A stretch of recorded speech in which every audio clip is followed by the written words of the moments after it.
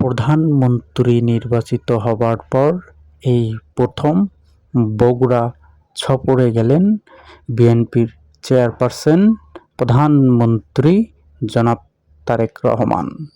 কড়া নিরাপত্তার মধ্য দিয়ে তার গাড়িবহরটি বগুড়া সার্কিট হাউসে প্রবেশ করছেন।